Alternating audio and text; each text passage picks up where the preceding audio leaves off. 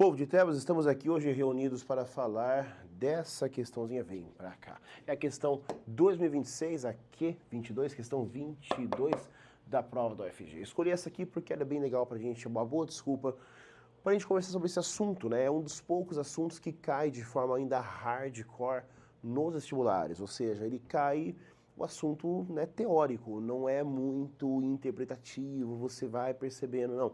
Tem que conhecer as figuras de linguagem, ou figuras de estilo, ou figuras de retórica. Temos aqui uma, duas, três, quatro, cinco figuras que são das mais comuns em vestibulares.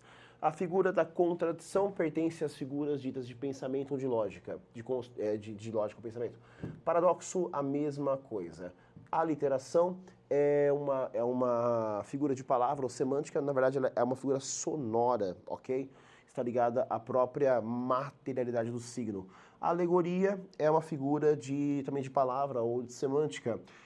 E a elipse, que é uma figura de construção, portanto, sintática, tá bom? Vamos antes ver aqui o que está rolando. Temos então um texto de J.J. Veiga, um autor conhecido por seu teor meio surrealista, meio absurdo, na verdade, né? Então, vamos ver o que ele vai fazer nesse trecho em prosa. Ele vai ser um bom exemplo de prosa poética, não é a mesma coisa que poesia em prosa. Quando eu faço uma poesia, um poema em prosa, eu faço um poema sem versos. Quando eu faço uma prosa poética, é narrativo, né? Então eu escrevo assim em contínuo, porém com elementos de poeticidade, que são a exploração dos recursos linguísticos como as figuras de linguagem. Então vem pra cá. Vamos lá, o texto fala assim, ó. A vaga onda de pelos, de dentes, de patas, de rabos, de uivo chegou. Então veja, uma onda. Aqui você já podia se enrolar se não soubesse o que é vaga, né? Então, vaga é onda. A vaga de pelos, de dentes, uma onda de pelos, dentes, patas, rabos e uivos. Tá? Veja, uma metáfora bastante surrealista, né? Chegou inteira e logo se espalhou por toda a parte farejando, então são cachorros, né? Raspando, acuando, regando pedras, barrancos, muros, raízes de árvores, unhando portas, choramingando, erguendo-se nas patas traseiras para ver se descobriam nas salas alguma coisa digna de atenção. E era repelido por moradores e varadas, lambadas, pauladas e até tapas e chineladas, escorraçados da frente, os cachorros surgiam nos quintais, quebrando plantas, revolvendo hortas, derrubando cercas, pulando muros, perseguindo galinhas, matando pintos, parando de vez em quando para retirar chumaços de pena da boca com as patas ou pelo processo de esfregar o focinho no chão. Esse detalhismo, né, torna muito surreal tudo, ao mesmo tempo que meio realista, é curioso. Os homens tentavam espantá-los a pedradas, apanhavam a pedra e ficavam tontos com ela na mão, não sabendo para que lado jogar. Os cachorros eram muitos e vinham todos de todos os lados, nem tomavam conhecimento da gente, pareciam estar à procura de alguma coisa mais importante. Às vezes se ouvia um tiro e um ganido que o alarido geral abafava, veio do que os cachorros não tinham pressa de ir embora. O povo começou a mudar de atitude. Os porretes, as correias, espingardas iam sendo escondidos, substituídos por tentativas de afagos, palavras mansas, agrados e comida.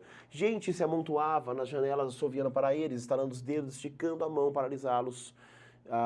Com medo, é verdade, mas desejando receber um abano de rabo. Muitos iam à cozinha buscar qualquer coisa de comer para jogar aos pés deles.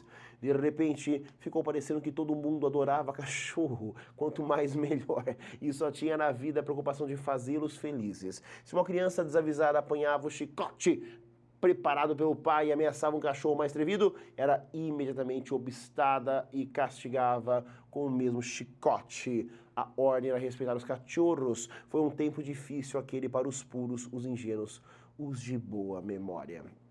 Um texto surrealista é capaz de confundir a sua cabeça. E se você voltar a enfrentar um texto como esse no vestibular, seja do J.J. Veiga, seja do Murilo Mendes, do Jorge Lima, seja do Jorge Luiz Borges, sei lá. Bom, lembre-se que você não vai entender tudo sozinho, de uma vez só. É um texto que realmente tem camadas de interpretação. E nesse caso, o enunciado, Manuel de Barros também, por exemplo, o Manuel de Barros, Manuel de Barros é o autor. Nesse caso, o enunciado é essencial. Vamos para o enunciado, que diz... A Hora dos Ruminantes trata ficcionalmente o tema do golpe militar vivido no Brasil em 1964. Temos aqui uma coisa que os vestibulares fazem de vez em quando, que é se posicionar ali sobre um evento histórico, né? A Unicamp faz isso às vezes, a FUVEST bem menos, a FUVEST mais conservadora. A UFG fez aqui na escolha lexical, né? Chamou de golpe, né? pronuncia-se claramente sobre o evento em termos históricos, né, mas também ideológicos. Na passagem destacada para representar o evento político, JJ Veiga utilizou o procedimento estético conhecido como vem pra lusa.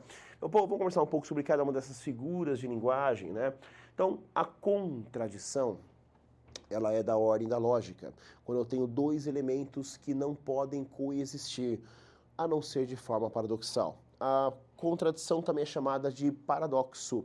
Desculpa, é isso mesmo. Ah, tá separado aqui, contradição e paradoxo, né? Então, e tem uma terceira possibilidade que ainda que é o oxímoro, que é um paradoxo que acontece entre duas palavras, como ele ia tristemente alegre, e as duas palavras se anulam, tá? Então, aqui na ordem do pensamento, aqui na ordem do som, aqui na ordem da semântica e aqui na ordem da construção. Cada uma é de um tipo, tá bom? Bom, o paradoxo e a contradição só ocorrem quando há uma obstrução lógica entre dois eventos ou duas ideias que estão dentro daquele trecho, né, daquela expressão, ou daquele verso, ou daquela frase ou período. Como em Camões, é solitário andar por entre a gente. Eu estou me sentindo sozinho no meio da multidão. Não é o caso aqui. A literação, a repetição de consoantes. Cara, eu não vejo, sinceramente, nenhum efeito sonoro a princípio. É claro que a gente pode sair caçando milho, mas eu não sei se a gente vai achar algo muito relevante em termos de aliteração ou assonância, repetição de vogais, enfim, na sonoridade. Sobram alegoria e elipse, certo? Alegoria sendo um conjunto de metáforas. Então, o que é uma alegoria, galera? Alegoria é um conjunto de metáforas, tá? O que é um conjunto de metáforas? É quando eu tenho várias metáforas que juntas representam uma ideia. Olha, vamos ver o gabarito nosso que ele está apontando, essa questão Q22, né? Q22 ele aponta exatamente isso, a alegoria. Por quê? Essas metáforas em conjunto ganham uma força narrativa para representar uma ideia, um evento, no caso, o golpe de 64. Último, elipse, omissão de uma palavra de forma intencional para causar estilo, né? Não é o caso, né? Eu, sinceramente, nem sei se tem alguma elipse no meio, tem que voltar e revirar tudo. Mas neste caso, volta para o enunciado, né? Ele fala assim, para representar o evento. Representação é da ordem da alegoria. Alegorizar uma ideia é representar uma ideia. Eu gosto muito do exemplo do carnaval. Quando você vai no carnaval no Rio de Janeiro, tem lá um carro, como chama mesmo? Alegórico. Este carro alegórico, por exemplo, para homenagear o rei Pelé. Aí, se este carro alegórico, ele traz aqui uma coroa, né? E em cima de uma bola, isso é uma alegoria, né?